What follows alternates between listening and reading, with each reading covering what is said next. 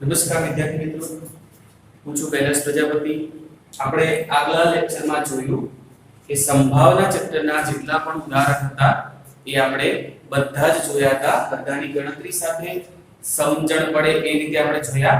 હવે આપણે આગળ વાત કરીએ સ્વાધ્યાયનો છે 15.1, જેમાં પહેલો પ્રશ્ન તમને આપેલો છે।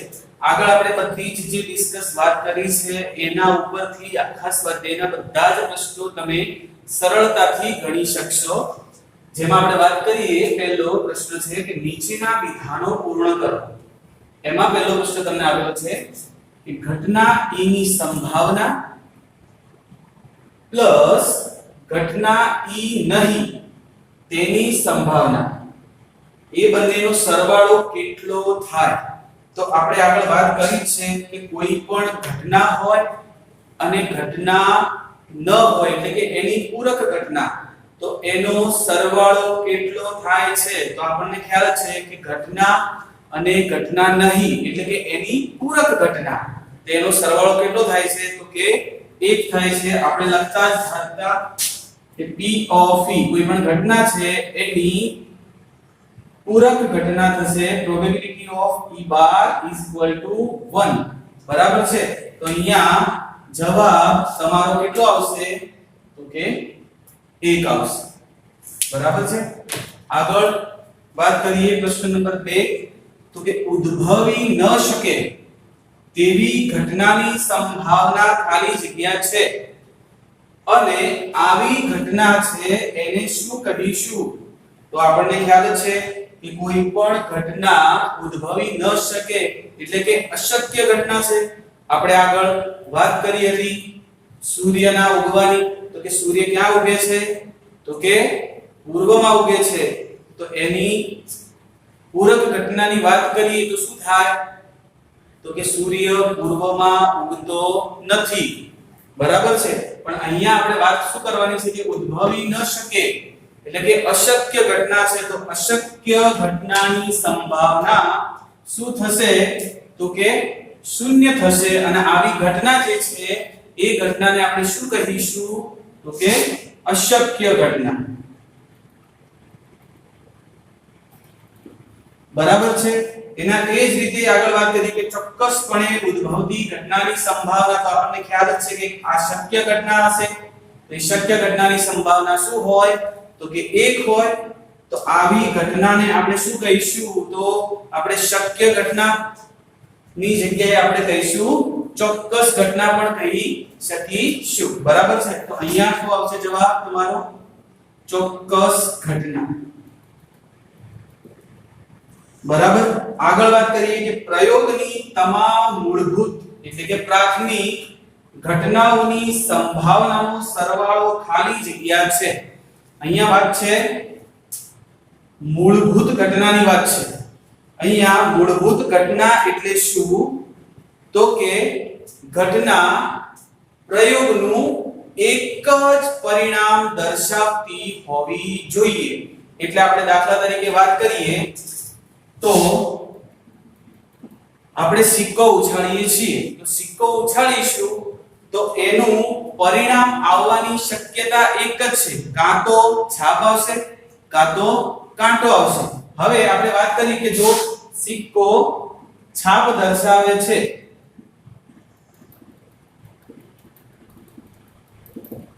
તો તેની ઘટનાની સંભાવના આપણને ખ્યાલ છે કેટલી મળશે? તો કે 1/2 મળશે। એના એ જ રીતે કાંટો દર્શાવે તો એની સંભાવના પણ આપણને મળે છે 1/2।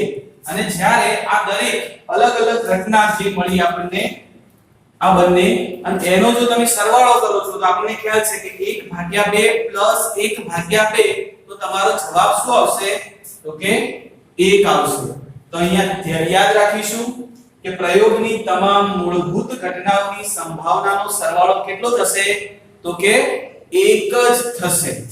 આગળ પ્રશ્નની વાત કરીએ કે ઘટનાની સંભાવના ખાલી જગ્યાથી મોટી અથવા તેના જેટલી અને ખાલી જગ્યાથી નાની અથવા તેના જેટલી હોય છે। તો આપણને ખ્યાલ છે, આપણે વારંવાર વાત કરી છે કે પ્રયોગની કોઈ પણ પ્રયોગ છે એની ઘટનાની સંભાવના શું હોઈ શકે? કાં તો 0 હોઈ શકે, કાં તો 1 હોઈ શકે, અથવા 0 અને 1 ની વચ્ચે હોઈ શકે. તો અહીં આપણે સરળતાથી જવાબ તમે લખી શકશો તો કે ઘટનાની સંભાવના ખાલી જગ્યાથી મોટી એટલે શું આવશે? 0 થી મોટી અથવા 0 પણ હોઈ શકે અને 1 થી નાની હોઈ શકે અથવા 1 જેટલી પણ હોઈ શકે છે.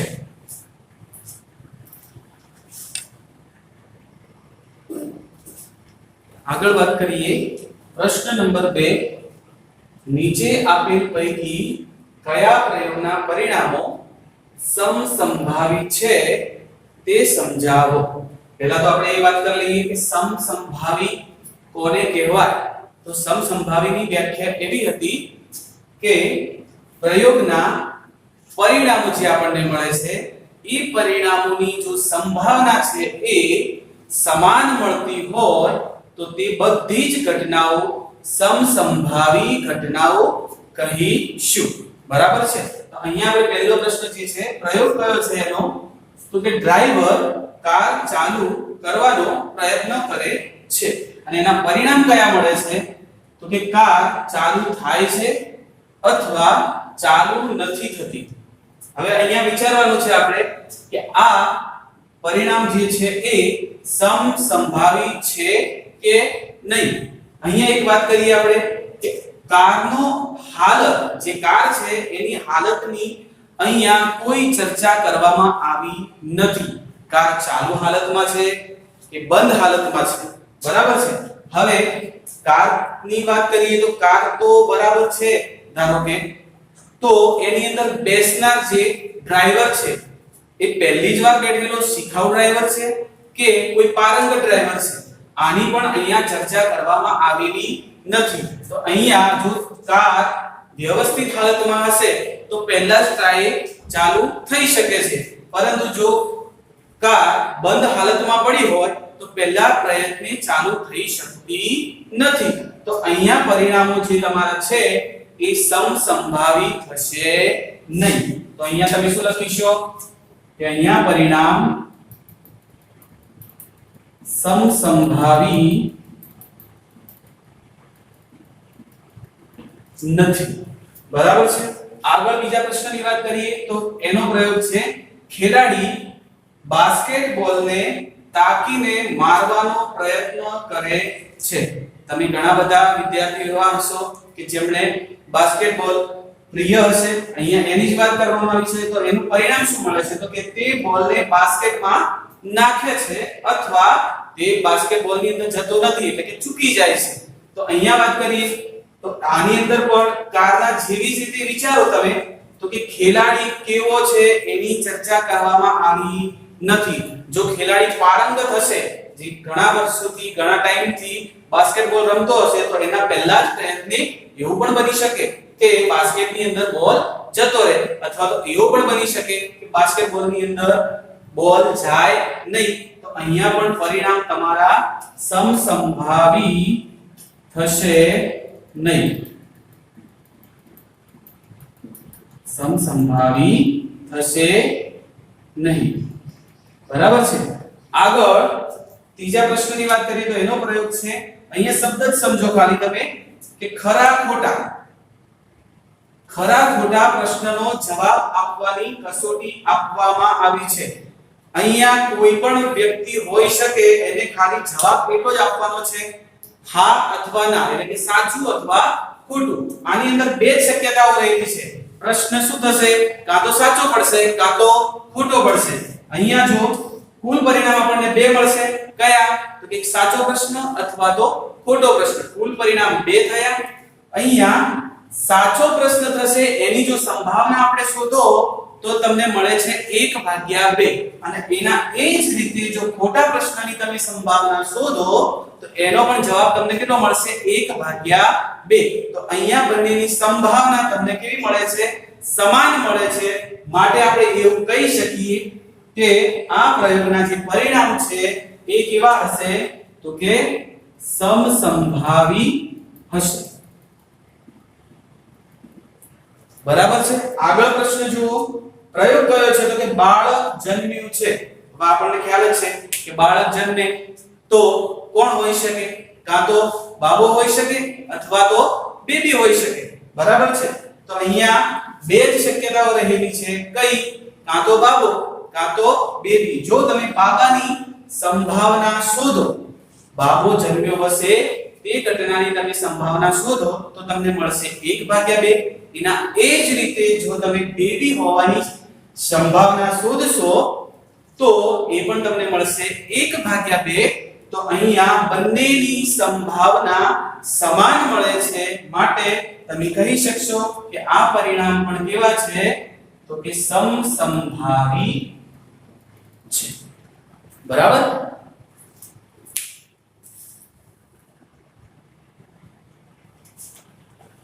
આગળ પ્રશ્ન નંબર 3 તમારો શું કહે છે તો શા માટે ફૂટબોલની રમતની શરૂઆતમાં, જ્યારે ફૂટબોલની રમતની શરૂઆત થાય છે ત્યારે શરૂઆતમાં કઈ ટુકડીને બોલ મળવો જોઈએ તે નક્કી કરવા સિક્કાને ઉછાળવો નિષ્પક્ષ ક્રિયા છે એવું વિચારાય છે.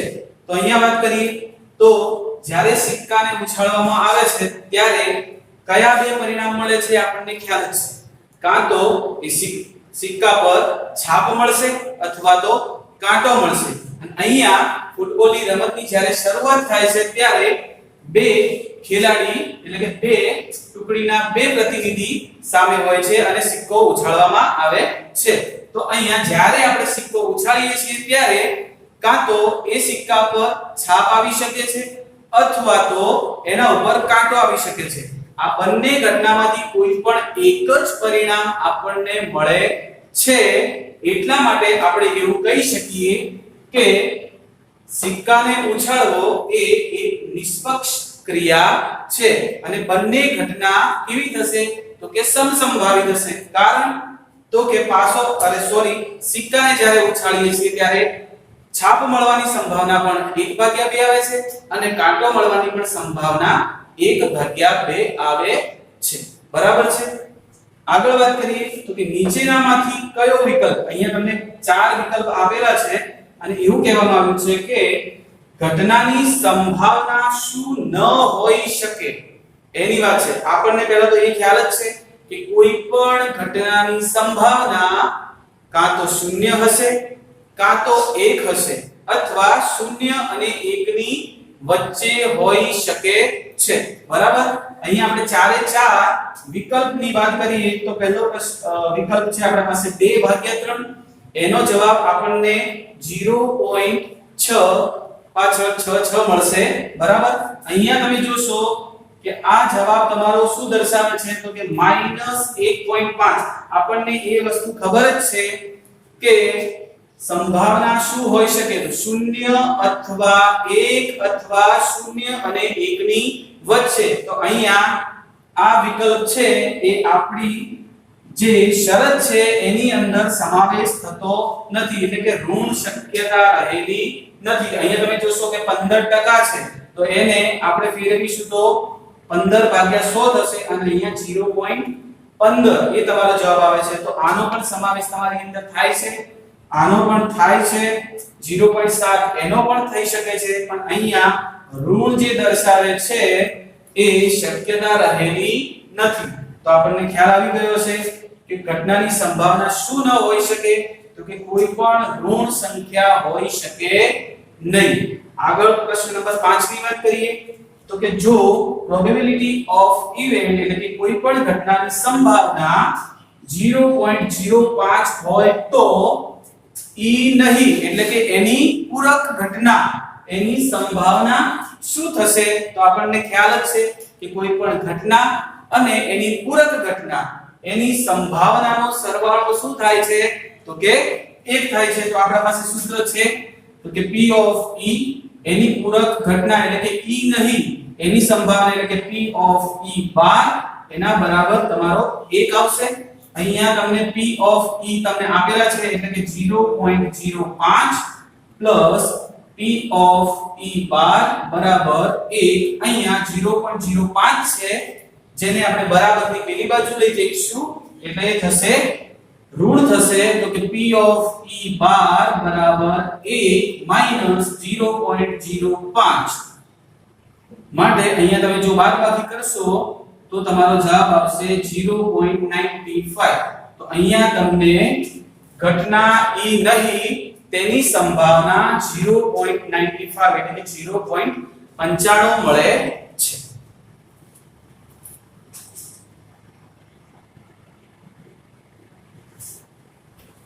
આગળ વાત કરીએ દાખલા નંબર 6. એક થેલામાં લીંબુના સ્વાદની જ મીઠાઈઓ છે. અહીં શબ્દ સમજવાનો છે.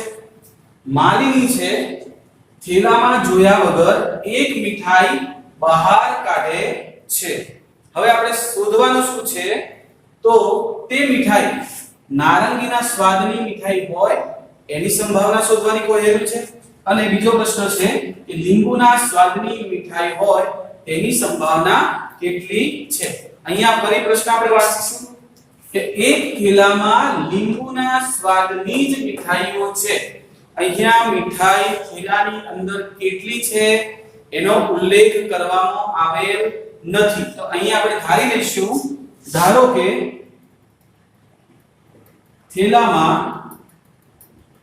n જે આપણા કુલ પરિણામ થશે, n એ લીંબુના સ્વાદની મીઠાઈઓ છે. એટલે આપણા કુલ પરિણામ માટે કુલ પરિણામ કેટલા થશે? તો કે n થશે. નેચરલ નંબર પ્રાકૃતિક સંખ્યાઓ આપણે ધારી લીધી છે. અહીંયા પ્રશ્ન પહેલાની વાત કરીએ તો કે નારંગીના સ્વાદની મીઠાઈ હોય એની સંભાવના આપણને શોધવાનું કહેલું છે. અહીંયા આપણે ફરી પ્રશ્ન વાંચીશું. તમે જોશો કે થેલાની અંદર લીંબુના સ્વાદની જ મીઠાઈઓ છે. એનો મતલબ એવો થયો કે નારંગીના સ્વાદની કોઈ પણ મીઠાઈ થેલામાં નથી. બરાબર? તો નારંગીના સ્વાદની મીઠાઈ આપણને મળે એવું એક પણ પરિણામ આપણને મળશે નહીં. બરાબર છે? તો અહીંયા નારંગીના સ્વાદની મીઠાઈ હોય તેવા સાનુકૂળ પરિણામો કેટલા થશે? 0 થશે. અને આપણા કુલ પરિણામ છે એ n છે, એટલે કે 0 ભાગ્યા n, એટલે તમારો જવાબ 0 આવશે. એટલે આ અશક્ય ઘટના છે. અહીંયા લખવું હોય તો આપણે કઈ રીતે લખીશું? તો કે ધારો કે નારંગીના સ્વાદની મીઠાઈ પસંદ થાય તે ઘટના એ હોય તો તેની સંભાવના પ્રોબેબિલિટી ઓફ a બરાબર અહીંયા નારંગીના સ્વાદની કોઈ પણ મીઠાઈ નહીં મળે એટલે એના સાનુકૂળ પરિણામો થશે 0 ભાગ્યા આપણા કુલ પરિણામો એટલે કે n બરાબર અહીંયા તમારો જવાબ આવશે 0. એટલે કે અશક્ય ઘટના છે. બરાબર? આગળ વાત કરીએ પ્રશ્ન નંબર 2. તો એની અંદર કહેલું છે કે લીંબુના સ્વાદની મીઠાઈ પસંદ થાય તેની સંભાવના કેટલી? તો આપણને ખ્યાલ જ છે કે જે મીઠાઈનો જે થેલો છે એની અંદર દરેક મીઠાઈ છે એ લીંબુના સ્વાદની જ છે. તમે અંદર હાથ થી નીકાળશો એક પણ મીઠાઈ તો એ મીઠાઈ લીંબુના સ્વાદની જ નીકળવાની છે. બરાબર? તો એવા કુલ આપણને સાનુકૂળ પરિણામો કેટલા મળશે? તો કે n મળશે. બરાબર? તો n ભાગ્યા n બરાબર તમારો જવાબ કેટલો આવશે? 1 આવશે. એટલે કે તમારી ચોક્કસ ઘટના બનશે. બરાબર? તો ધારો કે અહીં એની વાત કરીએ તો કે ધારો કે લીંબુના સ્વાદની મીઠાઈ પસંદ થાય તે ઘટના b હોય તો તેની સંભાવના એટલે કે પ્રોબેબિલિટી ઓફ b બરાબર અહીંયા સાનુકૂળ પરિણામ તમને n મળે છે અને કુલ પરિણામ તમારા n છે તો n ભાગ્યા n બરાબર તમારો જવાબ આવશે 1 બરાબર।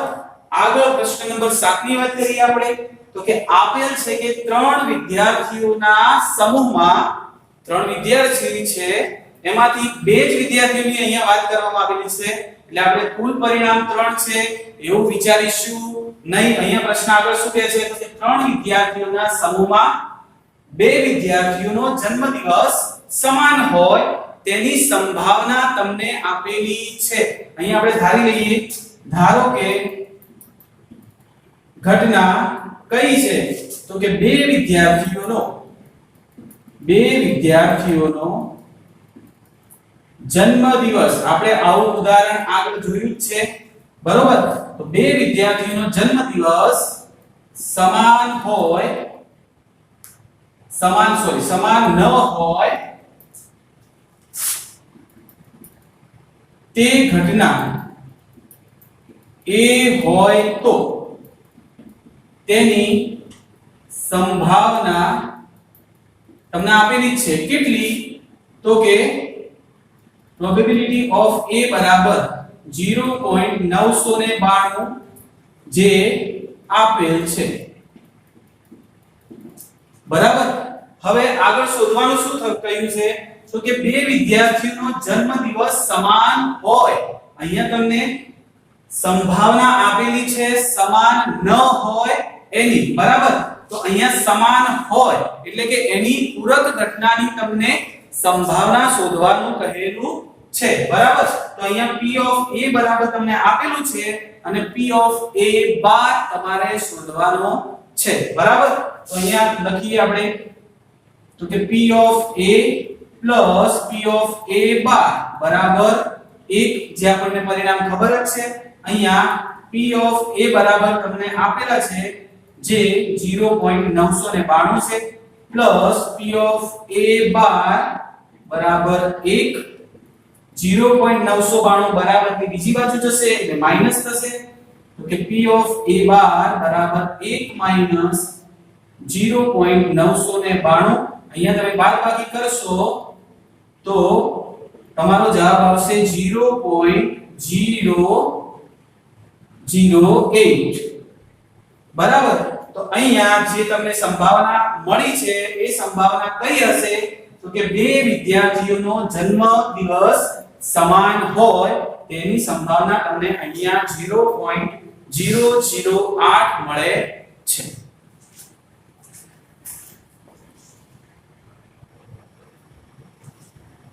આગળ વાત કરીએ દાખલા નંબર 8 જેમાં આપેલું છે એક થેલામાં 3 લાલ અને 5 કાળા દડા છે। થેલામાંથી એક દડો યાદચ્છિક રીતે કાઢવામાં આવે છે। બહાર કાઢેલ દડો હવે સંભાવના કોની શોધવાની છે તો બહાર કાઢેલ દડો લાલ હોય અને બીજો પ્રશ્ન છે લાલ ન હોય બરાબર છે। તો અહીંયા પહેલા તો કુલ પરિણામ કેટલા થશે એની વાત કરીએ તો અહીંયા દડા આપણા પાસે કેટલા છે તો કે 3 લાલ છે અને 5 કાળા એટલે કુલ ટોટલ આપણી પાસે 8 દડા છે બરાબર। તો અહીંયા લખીએ કુલ પરિણામ બરાબર 3 લાલ દડા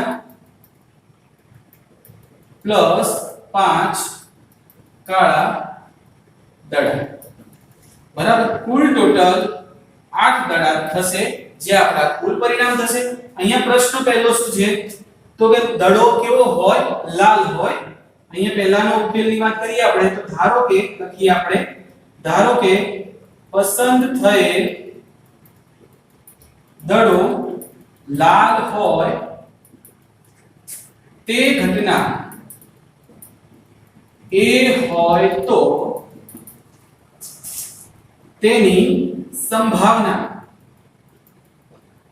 કે p of a probability of a બરાબર અહીંયા દડો લાલ પસંદ થાય એવા આપણા પાસે સાનુકૂળ પરિણામો કેટલા છે તો અહીંયા વાત કરીએ તો લાલ દડા કેટલા છે એટલા આપણે પસંદ થશે બરાબર। તો એવા લાલ દડા પસંદ થાય એવા સાનુકૂળ પરિણામ તમારા થયા 3 અને કુલ આપણા શક્ય પરિણામો છે 8 જેથી લાલ દડો પસંદ થાય તેની સંભાવના તમને મળશે 3/8. અહીંયા એક બીજી વાત જોઈએ કે લાલ ન હોય. બીજો પ્રશ્ન તમારો એવો છે અને પહેલો પ્રશ્ન એવો છે કે લાલ હોય તો એ બંને ઘટનાઓ એકબીજાની પૂરક ઘટનાઓ છે. તમે એ રીતે P of A plus P of A bar એના રીતથી પણ તમે જવાબ લાવી શકો છો. અહીંયા આપણે બીજી રીતની વાત કરીએ તો કઈ રીતે થશે? તો કે લાલ ન હોય એનો મતલબ શું થાય? લાલ ન હોય એનો મતલબ કે પસંદ થયેલ દડો કયો હશે? તો કે કાળા રંગનો હશે. બરાબર છે. તો અહીંયા કાળા દડા કેટલા છે? તો કે 5. એની સંભાવના તમને કેટલી મળશે? 5/8 મળશે. બરાબર. અહીંયા લખવું તો આપણે લખીએ કે ધારો કે પસંદ થયેલ દડો લાલ ન હોય તે ઘટના B હોય તો તેની સંભાવના P of B બરાબર અહીંયા પસંદ થયેલ દડો લાલ રંગનો હોવો જોઈએ નહીં. એનો મતલબ આપણા પાસે બાકી કયા વધ્યા? તો કે કાળા રંગના દડા વધ્યા. તો અહીંયા કાળા રંગના દડા કેટલા છે? તો કે 5 અને આપણા કુલ પરિણામ કેટલા હતા? તો કે 8. તો અહીંયા લાલ દડો પસંદ ન થાય એની સંભાવનાની સંભાવના થશે 5/8. બરાબર. આગળ દાખલા નંબર 9 જોઈએ આપણે.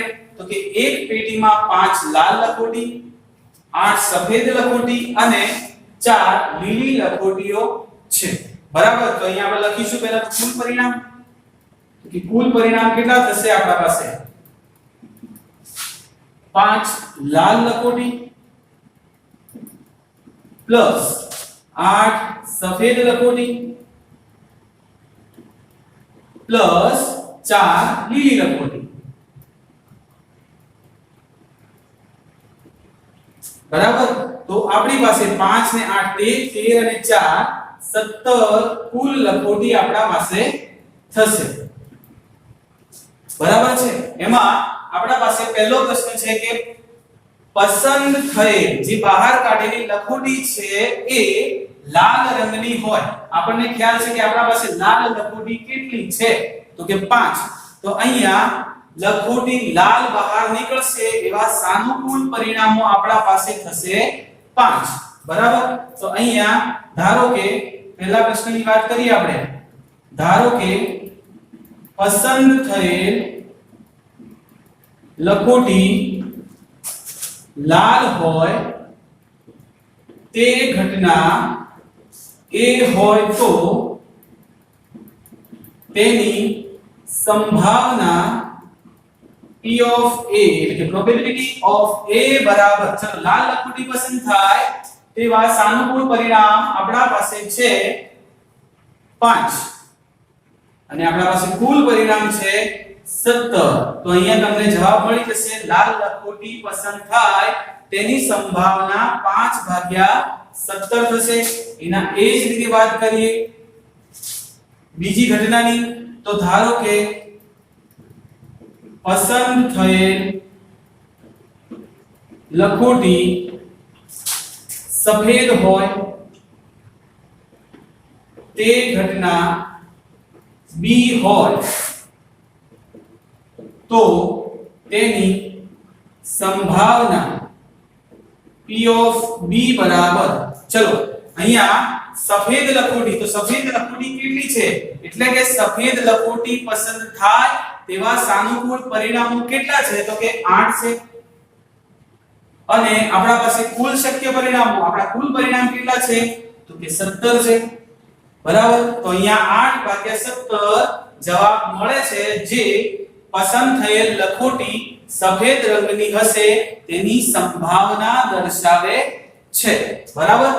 આગળ પ્રશ્ન છે લીલી ન હોય કે પસંદ થયેલી લખોટી લીલી હોવી જોઈએ નહીં. આનો મતલબ શું થાય? બરાબર. એનો મતલબ થશે કે પસંદ થયેલી લખોટી લીલી ન હોય એટલે કે પસંદ થયેલી લખોટી લાલ હશે તો પણ ચાલે અને સફેદ હશે તો પણ ચાલે. એનો મતલબ એવો થાય કે પસંદ થયેલ લખોટી લાલ હોઈ શકે અથવા તો સફેદ પણ હોઈ શકે, પરંતુ લીલી હોવી જોઈએ નહીં. બરાબર, લખીએ આપણે. ધારો કે પસંદ થયેલ લખોટી લીલી ન હોય તે ઘટના C હોય તો પ્રોબેબિલિટી ઓફ C બરાબર, ચલો અહીંયા સાનુકૂળ પરિણામ કેટલા થશે? તો પસંદ થયેલી લખોટી કઈ હોઈ શકે? તો કે લાલ પણ હશે અથવા લીલી પણ હશે. બરાબર, તો કુલ એ પરિણામ આપણા પાસે થશે 5 + 8 એટલે કે 13 પરિણામ થશે અને આપણા કુલ પરિણામ થશે 17. અહીંયા 5 લખોટી હું લખું છું સાઈડમાં, તમને ખ્યાલ આવે એટલા માટે. 5 લાલ લખોટી હોઈ શકે અને 8 સફેદ લખોટી હોઈ શકે, પરંતુ લીલી લખોટી હોઈ શકે નહીં. એટલા માટે કુલ પરિણામ 5 + 8 આપણા થશે 13 અને કુલ પરિણામ આપણા 17. એટલે પ્રોબેબિલિટી ઓફ C એટલે એટલો મતલબ કે પસંદ થયેલી લખોટી લીલી ન હોય તેની સંભાવના આપણને મળશે 13/17.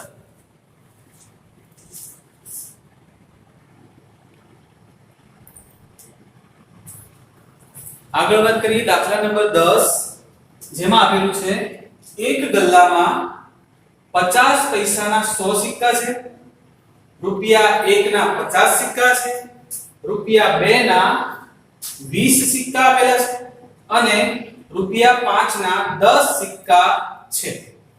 જ્યારે આ ગલ્લાને ઊંધો કરવામાં આવે છે ત્યારે ગલ્લામાંથી કોઈ એક સિક્કો બહાર પડે છે. તે સમસંભાવી આપેલી છે તમને, એટલે કે 50 પૈસાનો સિક્કો નીકળે એની સંભાવના, 1 રૂપિયાનો સિક્કો નીકળે એની સંભાવના, રૂપિયા 2 નો સિક્કો નીકળે એની સંભાવના અને રૂપિયા 5 નો સિક્કો નીકળે એની સંભાવના એ સમસંભાવી છે. બરાબર, હવે તમારે સંભાવના કોની શોધવાની છે? તો કે બહાર નીકળેલો સિક્કો 50 પૈસાનો હોય એની શોધવાની છે અને બીજો નંબર આપેલો છે કે રૂપિયા 5 નો સિક્કો નહીં હોય, એટલે કે રૂપિયા 5 નો સિક્કો હોવો જોઈએ નહીં, તેની સંભાવના તમને કેટલી થાય એ શોધવાનું કહેલું છે.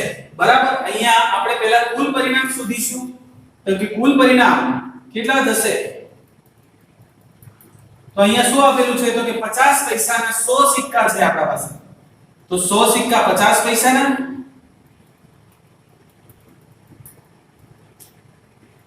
પ્લસ 50 સિક્કા છે એ 1 રૂપિયાના પ્લસ 2 રૂપિયાના 20 સિક્કા આવેલા છે, એટલે કે 20 સિક્કા છે એ તમારા 2 રૂપિયાના છે અને 5 રૂપિયાના 10 સિક્કા, એટલે કે 10 સિક્કા છે એ રૂપિયા 5 ના તમને આપેલું છે. અહીંયા તમે સરવાળો કરો તો 100 + 50 + 20 + 10 એટલે કુલ ટોટલ તમારા 180 સિક્કા થશે, જે આપણા કુલ પરિણામ છે. અહીંયા હવે પ્રશ્ન 1 કે 50 પૈસાનો સિક્કો હશે એની સંભાવના આપણને શોધવાનું કહ્યું છે. તો આપણે ધારીએ કે ધારો કે બહાર પડેલ અથવા તો કે નીકળે પડેલ સિક્કો કયો હોય? તો કે 50 પૈસાનો હોય તે ઘટના એ હોય તો તેની સંભાવના, એટલે કે પ્રોબેબિલિટી ઓફ A બરાબર, ચલો 50 પૈસાનો સિક્કો નીકળે તેવા સાનુકૂળ પરિણામો આપણા પાસે કેટલા છે? તો અહીંયા 50 પૈસાના કેટલા સિક્કા છે આપણા પાસે? તો કે 100 છે અને આપણા પાસે કુલ પરિણામ કેટલા છે? તો કે 180 80 છે, અહીંયા 0 0 કેન્સલ થશે, ઉપર જોઈએ તો 5 દુ 10 થાય, અહીંયા 9 ગુણ્યા 18 થાય, તો 5 ભાગ્યા 9 સંભાવના મળશે જે કોની હશે તો કે 50 પૈસાનો સિક્કો બહાર નીકળે તેની સંભાવના તમને કેટલી મળશે તો કે 5 ભાગ્યા 9. આગળ વાત કરીએ પ્રશ્ન નંબર 2 તો કે ₹5 નો સિક્કો નહીં હોય, બરાબર છે, ₹5 નો સિક્કો નહીં હોય એનો મતલબ એવો થાય કે બહાર પડે સિક્કો કયો હશે તો કે ₹5 ના સિવાયનો સિક્કો હોઈ શકે. તો કયો હોઈ શકે તો કે 50 પૈસાનો પણ હોઈ શકે, 1 રૂપિયાનો પણ હોઈ શકે અને 2 રૂપિયાનો પણ હોઈ શકે, બરાબર. તો અહીંયા ધારીએ આપણે, તો ધારો કે ₹5 નો સિક્કો બહાર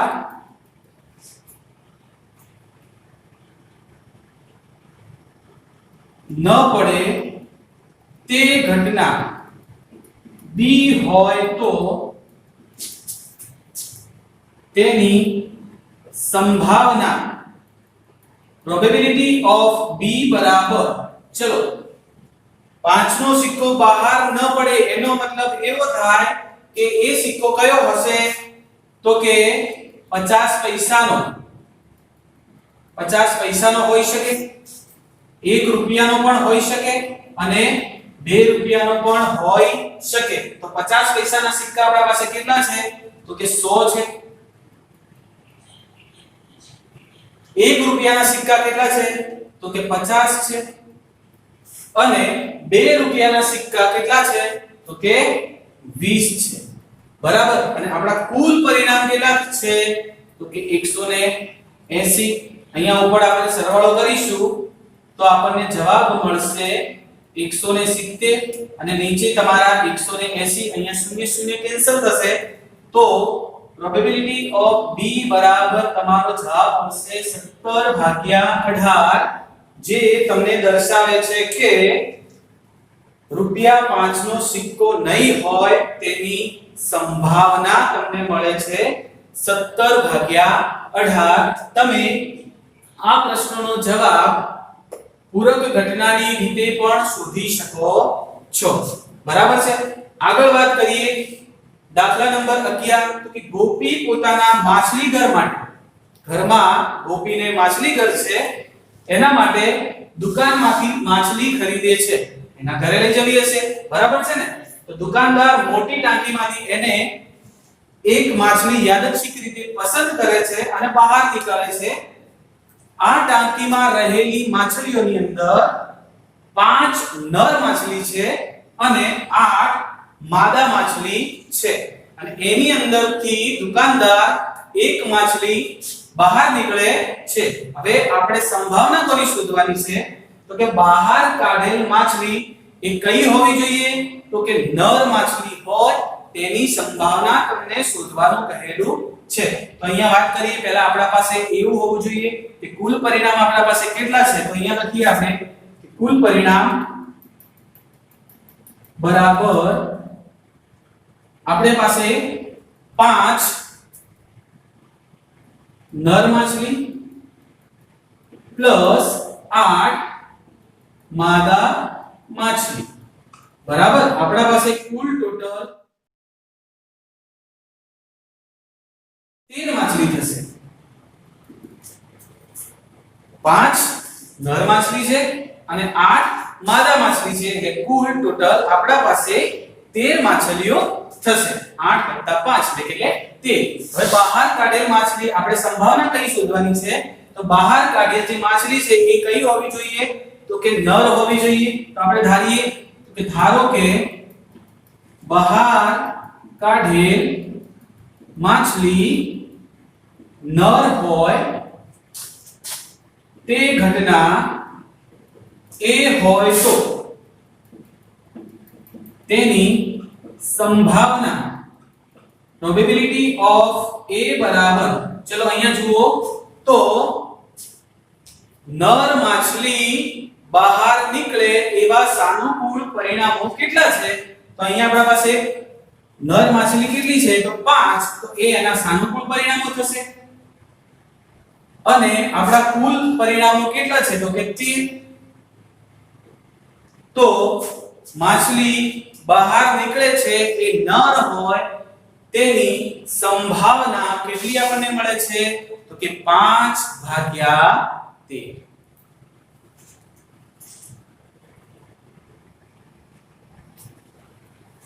આગળ દાખલા નંબર 12 જેમાં તમને આપેલું છે તકની રમત છે, જેમાં આકૃતિમાં દર્શાવેલું છે એ રીતે તમે જોઈ શકો છો કે અહીંયા 1 2 3 4 5 6 7 8 અંક આપેલા છે.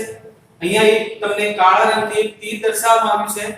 એ તીર કોઈ પણ એક સંખ્યા ઉપર જઈ અને અટકે છે, એટલે કે કોઈ પણ એક સંખ્યાને 8 માંથી કોઈ પણ એક સંખ્યાને નિર્દેશ કરે છે, બરાબર. અને આ દરેકે દરેક ઘટનાઓ કેવી થશે? તો કે સમસંભાવી થશે. એનું રીઝન એવું થાય કે અહીંયા આપણને કુલ પરિણામ કેટલા મળે છે? તો કે 8 મળે છે. અને 8 ના અંદરથી અંક 1 આવે એની સંભાવના કેટલી થાય? તો કે 1/8. એ જ રીતે અંક 2 આવે તો એની સંભાવના કેટલી થાય? બધા વિદ્યાર્થીઓ ભૂલ કરતા હોય છે. મેં આગળ પણ કહેલું છે કે 2/8 લખે છે, પણ અહીંયા 2/8 નહીં આવે, ત્યાં પણ કેટલા આવશે? 1/8 આવે છે. આવું કેમ? તો કે 2 અંક છે એ કેટલી વખત આવે છે એની વાત કરવાની છે. તો એ જ રીતે 3 એક જ વખત આવે તો પણ એની સંભાવના પણ કેટલી થશે? 1/8. અહીંયા દરેકે દરેક અંકની સંભાવના તમને 1/8 મળે છે, જેથી આ દરેક ઘટનાઓ જે છે અંક 1 આવવાની, 2 આવવાની, 3 even 7 એ 8, તો દરેકની સંભાવના કેવી મળે છે? 1/8 મળશે, જે સમાન હોવાથી આ બધી જ ઘટનાઓ કેવી કહેવાશે? સમસંભાવી કહેવાશે, બરાબર છે. અહીંયા હવે આપણો પ્રશ્ન અહીંયાથી શરૂઆત થાય કે પ્રશ્ન શું છે આપણો? તો કે પહેલા નંબરમાં આપેલું છે કે તે તીરની વાત છે. તો તીર કયો અંક નિર્દેશ કરે? તો કે 8 તરફ નિર્દેશ કરે તેની સંભાવના કેટલી છે? તો અહીંયા પહેલા તો આપણે લખીશું કે કુલ પરિણામ આપણને કેટલા મળશે? તો કે અહીંયા કુલ પરિણામ કેટલા હશે? તો કે 8 હશે. કયા કયા હોઈ શકે? તો કે 1 2 3 4 5 6 7 અને 8 હશે, બરાબર. અહીંયા પહેલા પ્રશ્નની વાત કરીએ તો કે તે તીર છે એ 8 અંક નિર્દેશ કરે એની સંભાવના શોધવાનું કહે છે. ધારીએ આપણે કે ધારો કે તીર 8 અંક નિર્દેશ કરે તે ઘટના એ હોય તો તેની સંભાવના P of A બરાબર કેટલા થશે? તો અંક 8 આવશે કેટલી વખત? એક જ વખત. તો 8 આવે એવા સાનુકૂળ પરિણામો 1 અને કુલ પરિણામ આપણા 8, તો અંક 8 આવશે એની સંભાવના આપણને મળે છે 1/8. પ્રશ્ન નંબર 2 ની વાત કરીએ તો એમાં શું દર્શાવેલું છે કે અયુગ્મ સંખ્યા તરફ નિર્દેશ કરે તેની સંભાવના કેટલી? અહીંયા 1 થી 8 અંક છે એની અંદર સંખ્યા કઈ હોવી જોઈએ? તો કે અયુગ્મ સંખ્યા. તો અહીંયા અયુગ્મ સંખ્યાઓ કઈ કઈ થશે? અયુગ્મ સંખ્યા એટલે એકી સંખ્યાની વાત છે. તો અહીંયા એકી સંખ્યાઓ કઈ કઈ મળશે? આપણે લખી દઈએ તો કે અયુગ્મ સંખ્યા કઈ કઈ મળી શકે? તો કે 1 3 5 અને 7. તો અયુગ્મ સંખ્યાઓ કુલ કેટલી થઈ? કુલ 4 સંખ્યા થઈ, બરાબર. તો હવે આપણે લખીએ તો કે અયુગ્મ સંખ્યા મળે તેની સંભાવના આપણે શોધવાનું કહેલું છે. તો આપણે લખીએ કે ધારો કે પસંદ થયેલ અંક અયુગ્મ હોય તે ઘટના b હોય તો તેની સંભાવના પ્રોબેબિલિટી ઓફ b બરાબર, ચલો અહીંયા અંક કેવો હોવો જોઈએ? અયુગ્મ હોવો જોઈએ. તો આપણે દર્શાવ્યું છે કે અયુગ્મ અંક આપણને મળશે કેટલા? તો કે 4. તો કે અયુગ્મ અંક મળવાની સાનુકૂળ પરિણામો આપણને મળે છે 4 અને કુલ પરિણામ છે આપડા 8. અહીંયા અંશ અને છેદ કેન્સલ કરો છો તો તમારો જવાબ આવે છે 1/2. બરાબર છે. હવે આપણે ત્રીજા પ્રશ્નની વાત કરીએ. તો ત્રીજો પ્રશ્ન છે આપણો 2 કરતા મોટી સંખ્યા, 2 કરતા મોટી સંખ્યા હોવી જોઈએ એવું આપણું તીર નિર્દેશ કરે તેની સંભાવના તમને શોધવાનું કહેલું છે. તો અહીંયા આપણે વાત કરીએ પ્રશ્ન નંબર 3 ની. તો 2 કરતા મોટી સંખ્યા, 2 કરતા મોટી સંખ્યા ના પરિણામો પહેલા આપણને કયા કયા મળે એની વાત કરીએ. તો કયા કયા હોઈ શકે? પરિણામો કયા મળશે? 2 કરતા મોટા, 2 ની વાત નથી, 2 કરતા મોટા હોવા જોઈએ. તો કયા હશે? તો કે 3, 4, 5, 6, 7 અને 8. એટલે કે કેટલા? 1 2 3 4 5 અને 6 પરિણામો મળે. બરાબર છે. તો હવે એની સંભાવના સુધી તો ધારો કે આપણે ઘટના ધારીશું, બરાબર? 2 કરતા મોટી સંખ્યા મળે તે ઘટના C હોય તો તેની સંભાવના P of C એટલે કે પ્રોબેબિલિટી ઓફ C બરાબર કેટલા પરિણામ મળ્યા? જે 2 કરતા મોટા હોય એવા સાનુકૂળ પરિણામ આપણને મળે છે 6 અને કુલ પરિણામ છે આપડા 8. અહીંયા અંશ અને છેદ કેન્સલ કરો છો ત્યારે 3 દુ 6 અને 4 ગુના 8. અહીંયા 3/4 જે તમને દર્શાવે છે 2 કરતા મોટી સંખ્યા મળે તેની સંભાવના. આગળ પ્રશ્ન નંબર આપણો 4 છે 9 કરતા નાની સંખ્યા તરફ. બરાબર? અહીંયા એનું સોલ્યુશન આપણે અહીંયા લખીએ. 9 કરતા નાની સંખ્યા કઈ કઈ હોઈ શકે? તો 9 કરતા નાની તો 1 થી 8 દરેકે દરેક સંખ્યાઓ હશે. બરાબર? તો કે 1 2 3 4 5 6 7 અને 8. તો કુલ પરિણામ એટલે કે કુલ પરિણામ 8 એવા મળે જે 9 કરતા નાની સંખ્યા આપણને દર્શાવશે. બરાબર? તો અહીંયા ધારો કે 9 કરતા નાની સંખ્યા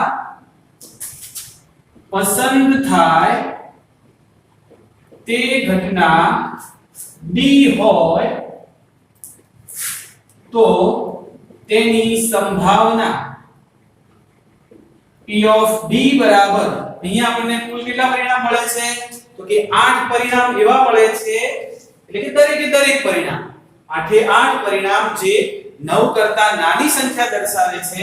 એટલે કે 8 9 થી નાના સંખ્યા 9 થી નાની સંખ્યા દર્શાવતી હોય એવા આપણને સાનુકૂળ પરિણામો 8 મળે છે. આપણા કુલ પરિણામ 8 છે જેથી તમારો જવાબ આવે છે 1.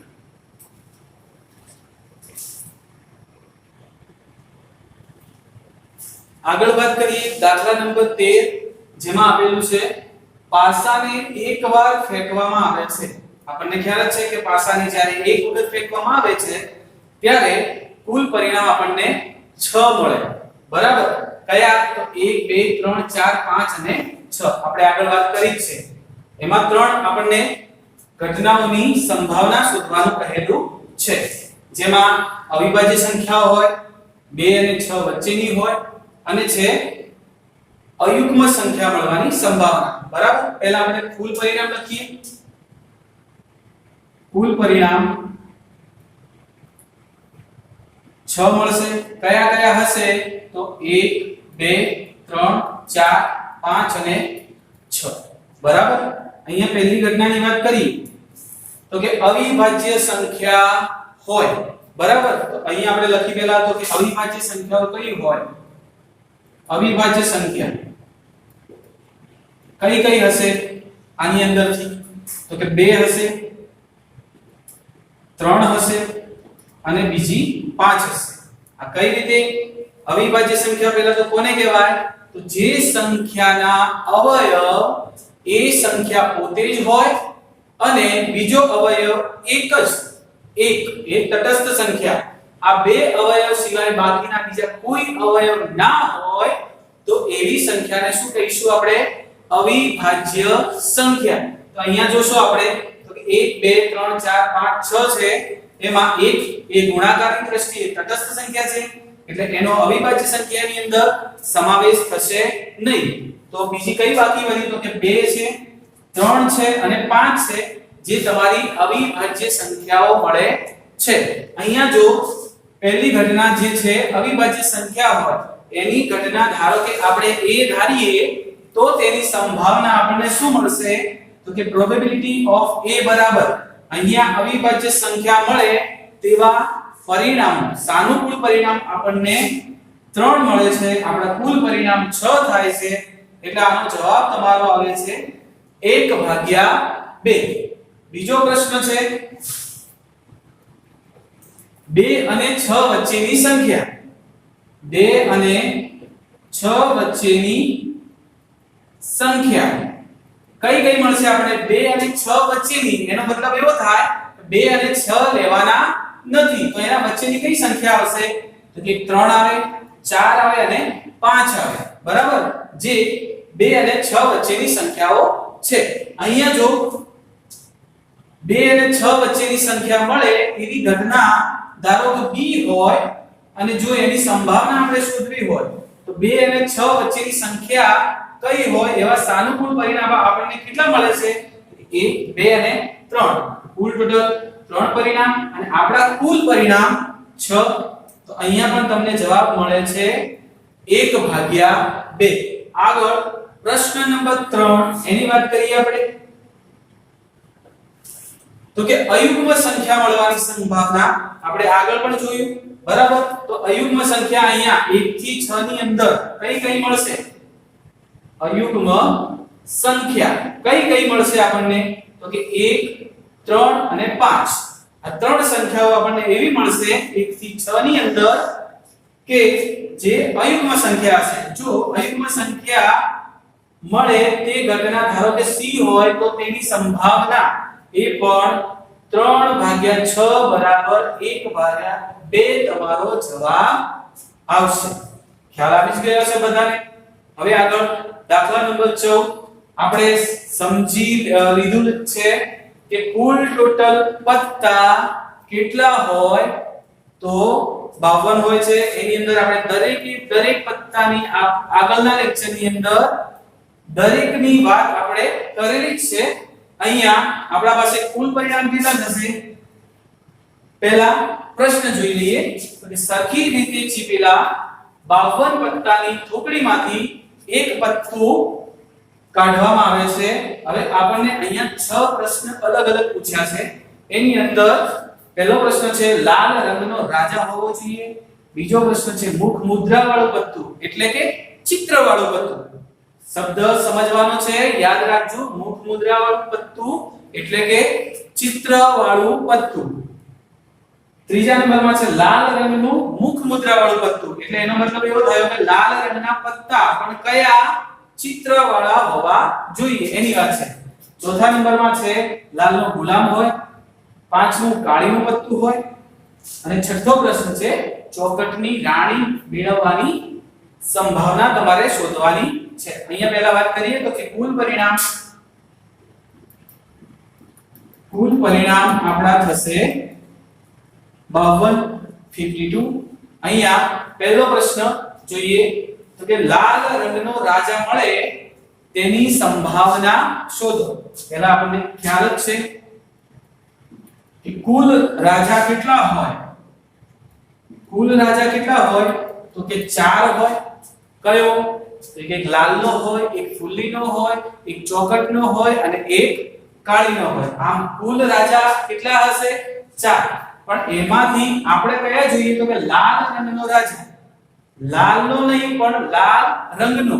લાલ રંગની અંદર બે આવશે. કયા કયા? તો એક લાલનો તો આવશે જ અને બીજો કયો આવશે? ચોકટનો આવશે. તો અહીંયા લખીએ આપણે લાલ રંગના રાજા કેટલા હોય? તો કે બે હોય.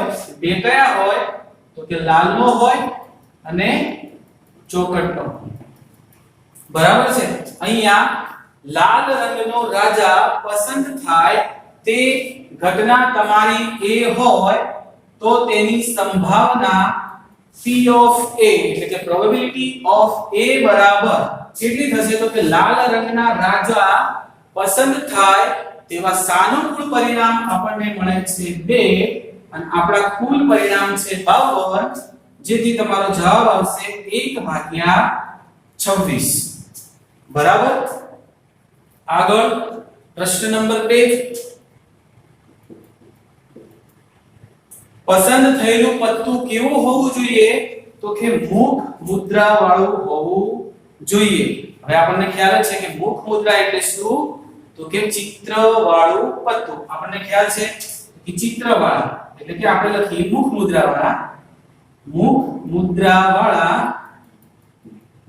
પત્તા કેટલા હોય? તો કે 12 હોય. કયા કયા?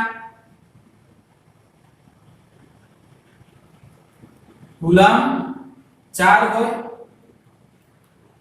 રાણી પણ 4 હોય અને રાજા પણ 4 હોય. આ ફૂલ ટોટલ 4 4 8 અને 4 12 એ કુલ ટોટલ તમારા 12 પત્તા મુખ મુદ્રા વાળા થશે. હવે અહીંયા મુખ મુદ્રા વાળું પત્તું પસંદ થાય તે ઘટના, ધારો કે આપણે P of ઘટના B હોય તો તેની સંભાવના probability of B બરાબર કેટલી થશે? તો કે 12/52 થશે. અહીંયા 4 તરી 12 અને 13 ચોગા 52 એટલે 13/13 તમારો. આગળ પ્રશ્ન નંબર 3 છે કે લાલ રંગનું મુખ મુદ્રા વાળું પત્તું પસંદ થાય. લાલ રંગનું પણ હોવું જોઈએ અને મુખ મુદ્રા વાળું પણ હોવું જોઈએ. બરાબર? આપણે આગળ જોઈએ.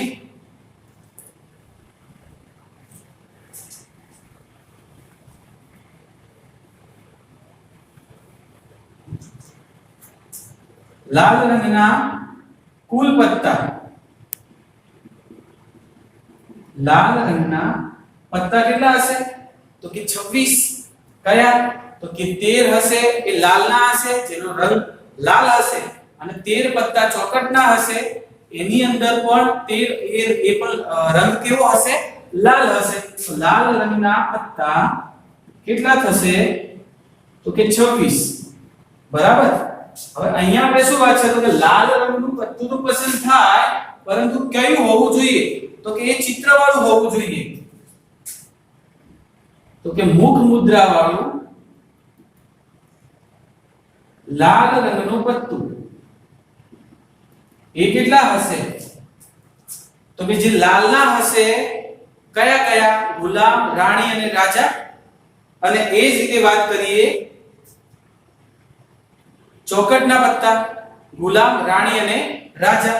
તો 3 અને 3 6 પત્તા એ તમારા લાલ રંગના હશે અને મુખ મુદ્રા વાળા પણ હશે. હવે જો એની ઘટના C હોય કે લાલ રંગનું મુખ મુદ્રા વાળું પત્તું પસંદ થાય તે ઘટના C હોય તો તેની સંભાવના probability of C બરાબર શું થશે? તો કે 6/52 થશે. અને અહીંયા અંશ અને છેદ તમે કેન્સલ કરશો. 3 ગુણ્યા 6 અને 26 ગુણ્યા 52 તો અહીંયા તમારો જવાબ આવશે 3/26. બરાબર છે? હવે આગળ વાત કરીએ પ્રશ્ન નંબર 4. તો શું હોય? તો કે લાલનો ગુલામ હોય. શબ્દ શું છે? લાલનો ગુલામ. તો આપણને ખ્યાલ છે તો કે કુલ ગુલામ કેટલા હોય?